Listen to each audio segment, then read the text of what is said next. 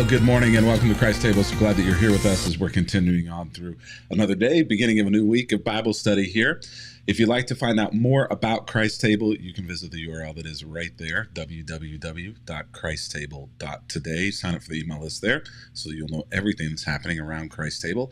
Also, if you'd like to know more about this study in particular, you can visit the URL that is right in front of me down there at the bottom of the screen, go.christtable.today/game on. There, you can find a PDF of all of the study materials. The study guide for this youth and family curriculum is there as well. Absolutely free. If you'd like to journey along with us through this study, those resources are out there and available for you at that URL. You can also get a printed copy of those PDFs, a nice bound book, the curriculum for the youth, also a box that includes a whole lot of other resources and gifts as well. This bag that includes some chess pieces that go along with the series. All the information's there. It helps us whenever you donate to us, and in return, we send you those resources for our studies, just as a thank you gift for your generosity. And so speaking of today's study, today we find ourselves in the middle of a new week, looking at a new chess piece.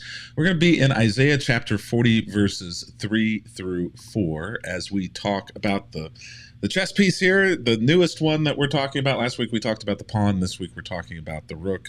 What growing up I used to call the castle. My sister and I, whenever we played chess, and playing chess is, I don't know, a bit of a gracious way to say what we were doing. We knew what the moves were for each of the pieces, mostly, but we really had no idea what strategy was.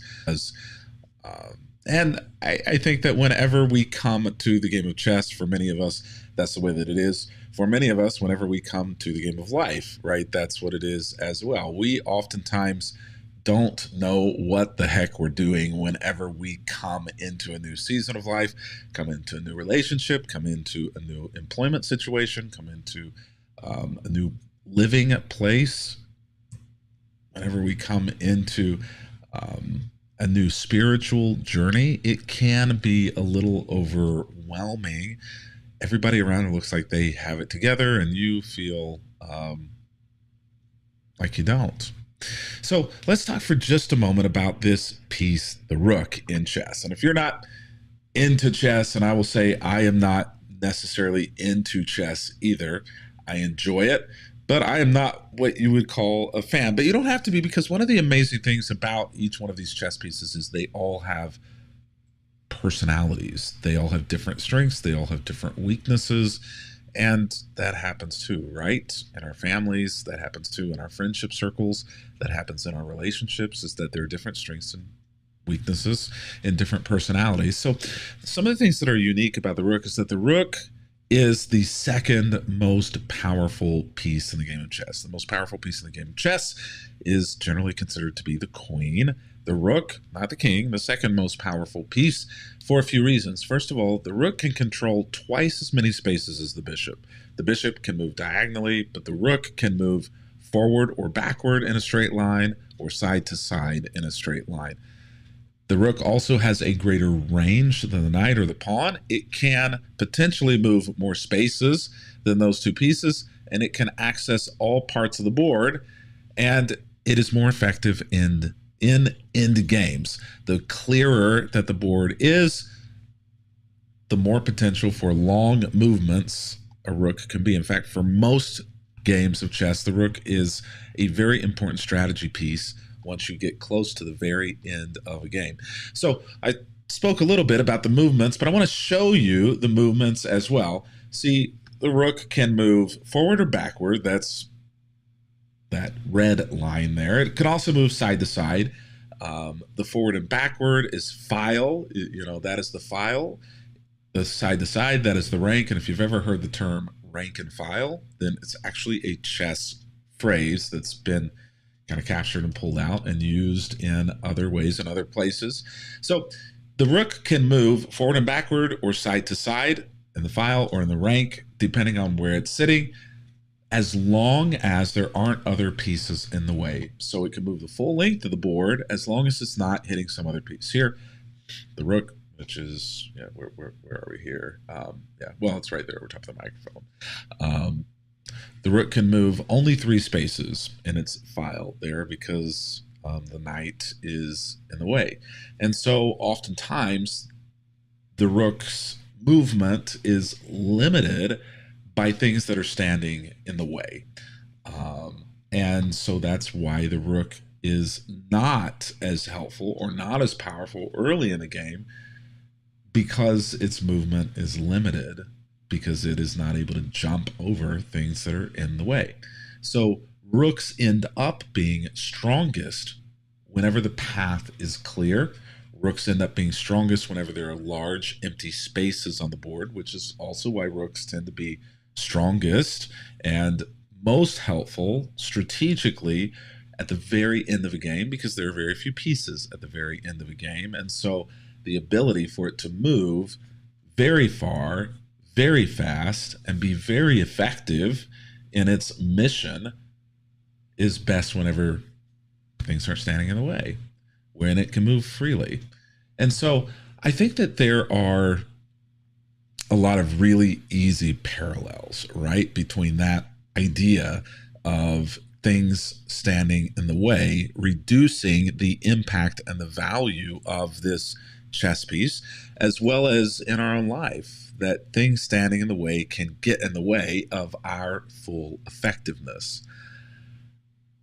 I would suggest that our job in life is to clear away obstacles so that God's presence can flow freely into the world.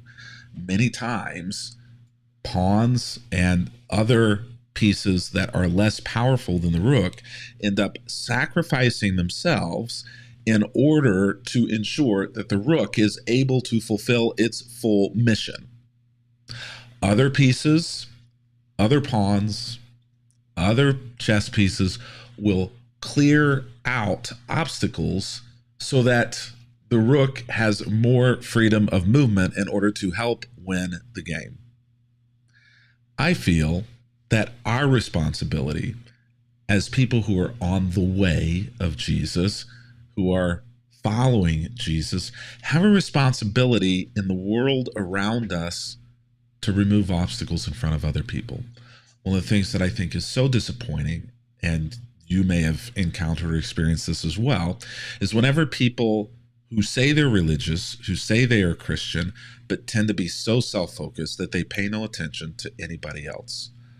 Or they feel as though it's only their responsibility to act like Christ to people who look like them, who vote like them, who make the same money as them, who they are friends with, and everybody else is dead to them and somebody else's responsibility. I don't see that in Christianity. In Christianity, what I see is that we are all each other's responsibility, and that even those who are not followers of Jesus, or who may not be believers in the same way that Christians may be, Christians still have a responsibility to the entire world, even if the entirety of the world is giving the middle finger to you or to your God. It is still your responsibility to remove obstacles in front of other people in the world so that God's presence can freely flow into the world. You know, whenever a dam is released and water comes out, the water level raises. And so if one boat goes up, all of the boats go up. And that's kind of how I view Christianity as well. That Christianity's responsibility is to allow the free flow of God into the world. So it won't just make Christians' lives better, but that the free flow of God into the world will make everybody's lives better. And if it's not making everybody's lives better, you say, I'm doing this on behalf of my God. I'm doing this on behalf of Jesus. But if it's not making everybody's lives better, then I really have to question whether or not it is from God or whether or not it's for you. When God's energy and God's desires flow freely into the world, everybody's lives should get better. This is kind of the idea that we face here in Isaiah chapter 40, Isaiah chapter 4, verses 3 to 4. Do I have the right text there? Let me just make sure that I've got the right text there. Is it Isaiah 40 or is it Isaiah 4? It's Isaiah 40. That should say Isaiah 40, 3-4. Prepare the way of the Lord, make straight in the wilderness a highway for our God. Every valley shall be raised up, every mountain and hill made low. Think about that for just a moment. There is a way that the Ruach takes forward into the world or backward or side to side. Obstacles must be cleared out of the way. The path must be prepared for the Ruach to be able to have its maximum effectiveness. Here, Jesus is essentially the Ruach in the world. Prepare the way for the Lord. Make straight in the wilderness a highway for our God. Remove the obstacles. Every valley shall be raised up, every mountain and hill shall be made low. If every valley, every dip is raised, then it's flattening out the valleys. If every mountain and hill is made low, then it's bringing down those mountains and hills low and making them flat. So it's straightening out the path, removing the obstacles, taking out the difficulty for Christ, for God. I feel like that is our responsibility in this world on behalf of Jesus. The work that we do is to prepare a way, to make straight the curved, difficult, treacherous things in this world that make life difficult for other people. It's our responsibility to straighten those things out on behalf of God, on behalf of others who might disagree with you, who may well disagree with me. True Christianity, I would suggest to you, emphasizes removing barriers, whether personal barriers, whether social barriers, whether political barriers, whether systemic barriers, things that stand in the way of people being able to move forward on a good path in their life towards better things, things that prevent people from experiencing the love of God and experiencing justice.